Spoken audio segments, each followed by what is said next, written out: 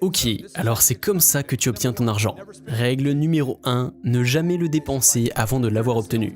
Donc si tu es dans un département de vente, tout ça s'applique à tous les départements d'ailleurs. C'est exactement comme ça que je dirige chaque département. C'est comme ça qu'on gère la trésorerie des entreprises. C'est comme ça qu'on prend des décisions sur le moment idéal pour dépenser de l'argent dans la publicité. Je ne suppose pas qu'une affaire soit conclue avant qu'elle ne soit conclue. Je ne suppose pas que l'argent soit là jusqu'à ce que l'argent soit là. Je ne suppose rien jusqu'à ce que le deal soit signé, jusqu'à ce que vous donniez votre carte de crédit et payiez monsieur je vous suspecte. Une fois que c'est fait et que l'argent arrive sur mon compte, à ce moment, je peux dépenser cet argent. Tout le monde est d'accord avec ça? Je ne veux pas. Je ne dépense pas l'argent de demain. La règle numéro 2 est la règle des 40%. Vous devez appliquer cette règle des 40% que la plupart des gens ne comprennent pas du tout. Si vous avez 100% de votre argent et 40% doit aller au fisc, nos amis du fisc qui les détestent. Dites 10x si vous détestez le fisc. Oh mon Dieu, les démocrates et les républicains unis ensemble. Ok. 40% si vous les payez 40%, vous deviez au moins payer aussi vos 40%. Tout le monde est d'accord. Tout le monde dans la salle a compris comment payer le fisc. Ils ne font pas confiance, c'est pour ça qu'ils t'enlèvent ton chèque avant que tu l'aies. La loi dit qu'il faut qu'ils retiennent ton argent. Ils n'ont pas confiance en toi. Tu travailles pour moi. Je dois faire une retenue avant que tu ne reçoives ton argent pour qu'ils aient leur part en premier. C'est une bonne décision financière. Je les paye d'abord. Tiens, ta paye, César. C'est ce que Jésus a dit. Et puis, quoi ensuite? Tu te payes toi-même. Ok, et ensuite tu vis de ça, et c'est là que ça devient difficile. Vous vivez sur les 20%, et tu ne changes pas ton niveau de vie jusqu'à ce que les 20% changent. Donc je ne loue pas de Lamborghini. Où est Cody? Qui est arrivé dans une Lamborghini l'autre jour chez moi? Où est cet homme? C'est stupide. Qu'est-ce que tu fais? Qu'est-ce que tu fais, mec? Qu'est-ce que tu fais? Tu te dis, c'est pas grave, c'est juste 1700 $, mais tu sais quoi? Ça me dit que je ne suis pas discipliné avec mon argent. Tu dois être discipliné avec l'argent. Si tu te trompes d'argent, ton argent te trompera. Tu ignores ton argent, il va t'ignorer. Si tu t'en occupes pas, il ne s'occupera pas de toi. Combien de gens craquent à ça? Ok, les riches, les gens riches. Même si tu ne peux pas les aimer, oui, leurs enfants ont des problèmes de drogue, leur mariage s'écroule, mais les gens qui ont réussi à accumuler beaucoup d'argent ont fait attention à leur argent. Au moins, ils ont fait cette partie. Malheureusement, ils n'ont pas réussi leur mariage. Ils n'ont pas résolu le problème des enfants, mais ça n'a rien à voir avec l'argent. C'est parce qu'ils n'ont pas pris le temps de comprendre ces autres domaines. Regarde plutôt ceci. Je n'ai pas changé mon niveau de vie jusqu'à ce que ce chiffre change. Je n'ai pas changé. J'ai toujours payé le fisc. J'ai été contrôlé 4 fois, ils n'ont rien obtenu de moi. 4 fois. Je pense qu'ils ont obtenu que 1500 $ sur l'un des audits. Mais il faut toujours qu'ils obtiennent quelque chose. Tu n'as qu'à leur jeter un truc ici. Et hop. Ok. Parce qu'ils doivent avoir quelque chose, leurs gars doivent y retourner et dire « Regarde ce que j'ai ». Et moi, je regarde ce que j'ai. Vous avez perdu votre temps. 3 d'entre eux n'ont rien obtenu. Ok, et donc c'est comme ça que je vis. C'est comme ça que je prends mes décisions dans le business. C'est comme ça que je fais. Si c'est un business, 40% va au business, à la publicité, au marketing. Je dépense tout.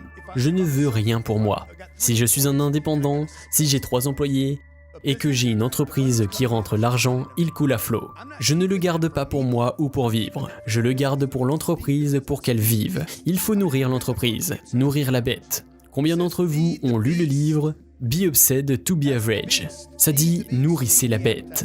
C'est de cette bête dont il parle. Nourrissez la bête, donnez à la publicité, donnez au marketing. Ok, ou ce qui se passe, c'est que vous finissez fauché. Vous ne pouvez pas vivre comme ça. Alors, qu'est-ce que tu dois faire si vous ne pouvez pas vivre comme ça? Vous devez baisser votre niveau de vie, c'est-à-dire contrôler votre niveau de vie ou vous devez l'augmenter de 100%. Donc oui, tu ne t'achètes pas de montre Richard Mille. ou des Rolls, ou des jets, et blablabla. Des ceintures Gucci et des ceintures avec l'initiale YL ne sont pas tes initiales. Qu'est-ce que tu fais? En fait, ça, tu ne trompes personne. Ça ne marche pas. Tu ne trompes personne avec tes chaussures Gucci. Tu sais, ça ne va pas te permettre d'avoir des rendez-vous. Vous êtes pas d'accord? Tu as l'air vraiment bien. Alors, qu'est-ce que tu as à offrir? Comment cela peut résoudre mon problème? C'est tout ça qui m'importe vraiment, à la fin de la journée. Ok, règle numéro 3, si tu ne peux pas amortir le coup, alors ne l'achète pas. C'est un principe important. Prenez ça comme des écrans, comme des petits filtres. Ça ne veut pas dire que je ne violerai jamais ce principe. Ça ne veut pas dire que je dois avoir une certaine position financière pour commencer à essayer de vivre d'une certaine manière. Si je ne peux pas l'amortir, je n'achèterai pas. Je ne l'achèterai pas. Cependant, si je peux l'amortir, je serai plus enclin à l'acheter. Règle numéro 4, louer, louer et louer. Ne possède rien. Tu sais, tu n'as pas besoin de posséder aucun de ces trucs. Il suffit de les utiliser. Règle numéro 5, stabilise et augmente ton premier flux avant d'en ajouter un deuxième. Ne va pas travailler sur un second flux en dehors de ton entreprise. Travaille sur un second flux à l'intérieur de ton entreprise. Combien d'entre vous ont vu une personne avoir 2 employés, comme les gens qui vendent des cartes de baseball ou qui passent des heures à trouver quelque chose sur eBay pour le revendre? Qu'est-ce que tu fais, mec? Tu aurais pu gagner ces 40 $ à ton boulot ce jour-là. Pourquoi faire des heures supplémentaires dans un secteur difficile alors que tu peux travailler dans mon domaine de prédilection pendant 8 heures? Comme quoi, tu n'aimes pas l'endroit où tu travailles autant que ça. Oh, je vais aller faire cet autre truc le soir. Je viens de me faire 40 $ et ça m'a pris 4 heures. Et c'est 10 $ de l'heure. Le gars pour qui j'ai travaillé aujourd'hui m'a payé 28 $ de l'heure. Ça n'a aucun sens, financièrement parlant. Ça ne marche pas. Mais ce conseil doit être utilisé pour la société aujourd'hui. Règle numéro 6, la règle du 47. C'est la suivante. Combien d'entre vous travaillent pendant 40 heures? Au travail, combien d'entre vous font 40 heures par semaine? Combien d'entre vous dans la salle travaillent 60 heures par semaine? Ok, c'est bien. Combien d'entre vous travaillent 80 heures par semaine? Combien d'entre vous se plaignent de ça? Putain, j'ai fait 100 heures cette semaine. Arrête de te plaindre, mec. Tu devrais plutôt t'en vanter. Et il y aura bien un jour où tu ne pourras pas travailler. Tu vas te réveiller un jour et tu diras « J'aimerais pouvoir aller au travail. » Il n'y en a pas. Alors arrête de te plaindre. Je dis toujours « Mec, tu te vantes, tu te plains. » Je travaille 100 heures par semaine. Je me souviens quand j'étais à temps partiel. Je me souviens quand je n'arrivais pas à être visionnaire. Toutes les personnes qui ont réussi et que j'ai étudiées parlent de semaines de travail de 100 heures. De 140 heures de travail, de 1000 heures de travail, des semaines de travail de 1000 heures. Bill Gates disait « Je prenais quelque chose à manger. Je m'endormais et j'écrivais du code. Et c'est tout ce que je faisais. Je mangeais et j'écrivais du code. Et si je n'arrivais pas à écrire, je m'endormais. » Imaginez-vous ça. C'est un géant. Quand la Chine a essayé de voler les données de Microsoft, Bill Gates a dit « La Chine est en train de voler Microsoft, n'est-ce pas ?» S'ils veulent voler des logiciels, autant s'assurer qu'ils volent les meilleurs. Et c'est Microsoft. Je me disais, la réflexion est brillante. Si tu veux copier quoi que ce soit, copie mon produit. Revenons au sujet. La règle des 47 signifie ceci. Je passe 40 heures à travailler pour quelqu'un. Je passe au moins 7 heures à travailler sur moi-même chaque semaine. 1 heure par jour. Il faut lire des livres. Ok, tous ces gars parlent de lire des livres. Warren Buffett parle de lire 3 ou 4 heures par jour. Il y a des gens qui disent qu'ils ne lisent rien et s'en vantent. Je n'ai jamais lu. Je n'ai jamais rien lu. Les livres sont pour les idiots. Ok, écoutez tous ces gens qui ont réussi. Les personnes qui ont réussi et qui construisent des entreprises de plusieurs milliers de dollars lisent et ils ont des gens intelligents autour d'eux. Ok, et si tu n'aimes pas lire? Qui n'aime pas lire dans la salle? Alors, Billy Boy lit ok. Vous devez lire, est-ce que ça compte si vous voulez le faire ou pas? Je n'aime pas non plus faire de l'exercice, mais je dois en faire parfois. Je n'aime pas mes enfants. Combien d'entre vous ont des enfants? Des fois je leur dis, saute. Allez, descends du balcon. Ok, règle numéro 7, vous devez rester fauché. Le cash, c'est de la merde. T'as pas besoin de cash. Tu n'as pas besoin de cash. Le cash, c'est de la merde. Ta maman et ton papa ne le savaient pas. Le cash est pas important. Ça sert à rien. Sors-le. Utilise-le. Il ne vaut rien tant qu'il n'est pas utilisé.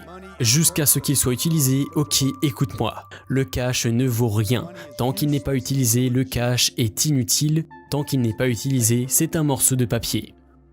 Ok, il y a Dieu dessus. Regarde comment il se comporte. Il y a Dieu là-dessus, mec. Ok, on va le mettre. On va mettre Ben Franklin. Et c'est quoi cette idée de mettre ce nom sur un bout de papier? Vous êtes d'accord ou pas? C'est un appât. Mec, ils mettent Ben Franklin là-dessus. C'est un président. Ok, il n'est plus mon président. Il a été dans le passé. Et ensuite, on agit comme si c'est sacré. Je dois le garder et le protéger. Et maintenant, c'est à moi. C'est ce que Brandon faisait ce matin. Nous parlions de devise. Si vous regardez le mot vient de current. Donc courant, il doit être en circulation. C'est abondant. C'est un morceau de papier qui n'a de valeur que lorsque je le sors de ma poche. Que je le sors du système et que je le fais travailler. Si je le donne à la banque, si j'appelle Wells Fargo, aujourd'hui, est-ce que je dis voici 100 $? Qu'est-ce qu'ils vont faire? Ils vont les convertir instantanément en chiffres et ensuite ils vont le distribuer 9 fois, presque 10 fois. Ne jamais perdre d'argent, règle numéro 8. Ne jamais perdre d'argent. Ok, maintenant, si je laisse ces 100 $ ici, juste ici sur cette table, sur ce podium, y a-t-il une chance que je perde cet argent? Si j'achète un outil marketing, si je dis « Hey Franck, va m'acheter une publicité sur Facebook ou une publicité sur une vidéo YouTube qu'on a faite ». On a déjà obtenu des tas de vues sur cette vidéo YouTube, mais 100 $ sur cette vidéo YouTube et voyons si on peut faire en sorte que quelques personnes de plus la voient. Ce serait plus profitable. Je laisse ça juste ici. Combien de personnes croient? Si je laisse ça ici tout le week-end, quelqu'un de Turnberry va le prendre. Regardez Jeff, cet endroit est à lui. Les objets on va les prendre, les canapés on va les prendre, mon fils le prendra. Je vole tout. C'est mon hôtel, mon père me l'a dit. Ok, donc ne perds pas d'argent. Si en vérité tu t'assois sur de l'argent, tu le perds en fait. Si tu laisses ton argent à la banque, tu perds de l'argent. Tout le monde est content. Vous allez avoir des taux négatifs, nous allons avoir des taux négatifs en Amérique, l'Allemagne a des taux négatifs et en ce moment, le Japon a des taux négatifs. Depuis, je ne sais pas, 3, 4 ou 5 années, nous allons avoir des négatifs dans ce pays en ce moment. Vous gagnerez 0,0012 à la banque, vous gagnerez 1/8 de 1%. Les intérêts composés dans les années 70 étaient une chose réelle qui n'existe plus aujourd'hui. Avec un chiffre comme 0,0012, tu ne peux pas composer avec une fraction de 1% et espérer que quelque chose se passe. Règle numéro 9. Ok, le cash flow c'est ce que vous voulez. Vous ne voulez pas de cash, vous voulez du cash flow. Combien d'investisseurs sont présents? Combien d'entre vous ont investi avec moi? Levez vos mains. Ok, très bien. Avez-vous reçu un chèque ce mois-ci? Chaque mois, chaque 17 du mois, bang, il a reçu son chèque. Vous avez payé combien ce mois? 3300 $. Je viens de faire $1 million grâce à vous. Applaudissez s'il vous plaît. Et je pense que j'ai un gars que vous voulez connaître maintenant. Dr Karl. Dr Karl et moi apprenons à la même église et il m'a injecté des cellules souches. J'ai des problèmes de genoux et donc 2 fois par an je vais à Dallas. Et il me fait une injection et il dit que ça marche. Et j'ai croisé les doigts en espérant que ça marche. Tu sais comment ça marche? Je lui demande, il dit « Je ne sais pas, je pense que ça marche. Je veux que ça marche. » Numéro 10, n'abandonnez jamais avant d'avoir atteint vos objectifs financiers. Je répète, n'abandonnez jamais vos objectifs financiers jusqu'à ce que vous les atteigniez. Il y a des gens dans cette pièce qui vont valoir des milliards de dollars. Il y a des milliardaires dans cette pièce en ce moment même. Je vous garantis qu'il pourrait y avoir 2 ou 3 milliardaires en devenir ici même. Ok, question. Qui cela va-t-il être? Et maintenant dans cette salle, combien y croient? Il y a quelqu'un dans cette pièce pour qui ça sera possible. C'est une question de décision. 1 milliard de dollars. Combien croient que c'est possible? Rappelez-vous que tout est possible. Vous ne pensez peut-être pas que c'est possible pour vous, mais vous savez, c'est possible. Ce qui veut dire que si l'argent est à portée de main, feriez-vous des bonnes actions avec ce milliard de dollars? Vous connaissez la réponse pour vous. Vous ne savez pas pour les gens assis à côté de vous. Vous savez que quelqu'un pourrait le faire. Et vous savez que si vous l'avez, vous ferez de bonnes choses avec. Alors allez-y, faites-le, parce que l'argent est là. Il y en a plein. J'ai grandi avec une petite italienne de 1,75 m de 11 ans. qui ne connaissait rien à l'argent. Elle se contentait juste des coupons et elle économisait son argent. Combien d'entre vous ont été éduqués comme ça? Un centime économisé est un centime gagné. Il faut économiser son argent gagné. Vous voyez, on a été éduqué de la même manière. Tu dois manger toute ta nourriture si tu n'as pas faim. Garde-la. Garde-la, mets-la dans le réfrigérateur. Certains d'entre vous avaient de la nourriture dans votre réfrigérateur en ce moment, vieille de 3, 4 ou 5 jours, et n'a pas l'intention de la manger. Certains d'entre vous ont une portion de bagel d'il y a 5 jours. Il y a 5 jours et maintenant tu te dis « Oh oui, c'est là-bas en ce moment ». Tu as de la crème glacée dans ton congélateur qui a 6 mois. Elle a expiré 2 fois. Il y a du givre dessus, mais il en reste une bouchée. Je sais que c'est encore bon. Tu le dis à tes enfants. Vous transmettez les mêmes principes à vos enfants. Tu dois manger toute ta nourriture, tu manges tout ton repas. Et ensuite, tu te demandes pourquoi on a des problèmes d'obésité en Amérique. Nous vivons dans un pays qui est riche, et les gens ont une pénurie dans leur esprit.